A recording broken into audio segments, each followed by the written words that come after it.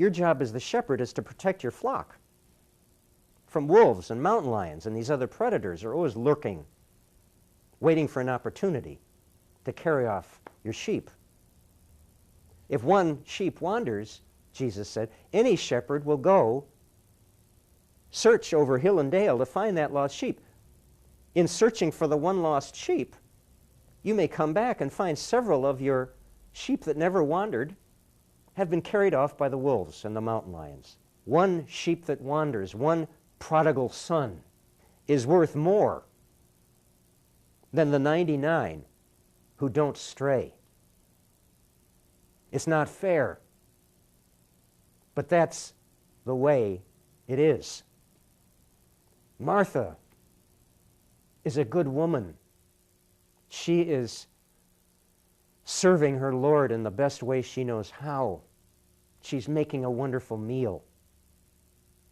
She's serving the meal to her Lord and Master, while her lazy sister has been sitting out and rejoicing in the Lord's presence the whole time. Martha doesn't adore the Lord any less than Mary does. She just isn't glorifying him in the way that he wants to be glorified. In the Old Testament, when Esau and Jacob brought the offering to their father, just as with Cain and Abel, it's not fair that the father said, oh, I like your offering better than your offering. It's not fair. They both loved their father equally. But the father had a preference. He liked being served and honored in this way more than he liked in that way. It turns out the source values something higher than justice. He values something higher, she, it, our sweetie, our beloved, our partner, our co-creator. She values something higher than justice, than being dutiful, than being loyal. She values celebration more. Now, you can argue and kick and scream and say, I don't like that because I'm more of a Martha than I am more of a Mary. Well, we're going through a winnowing process. As Jesus said, I'm coming back with the winnowing fork. That's what we're going through, where it's a separation of the wheat and the chaff. Now, it may sound cruel to say that you're chaff if you're a Martha, if you're the dutiful son, because you're honoring your source in the best way you know how, just as Martha was, just as the dutiful older son was. But even though we can argue with how the prodigal son celebrated,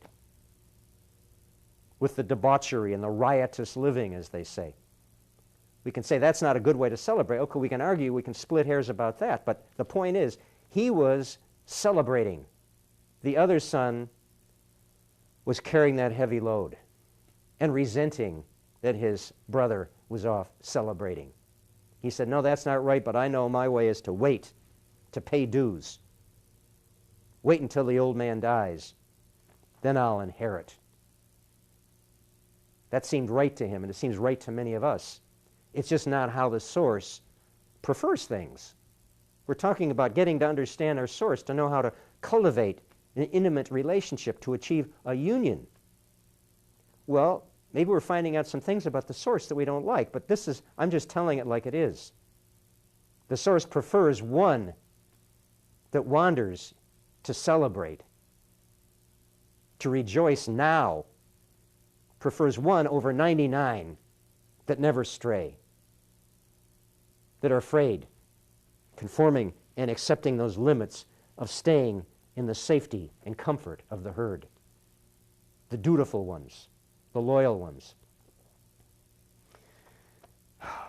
These are radical messages. The truth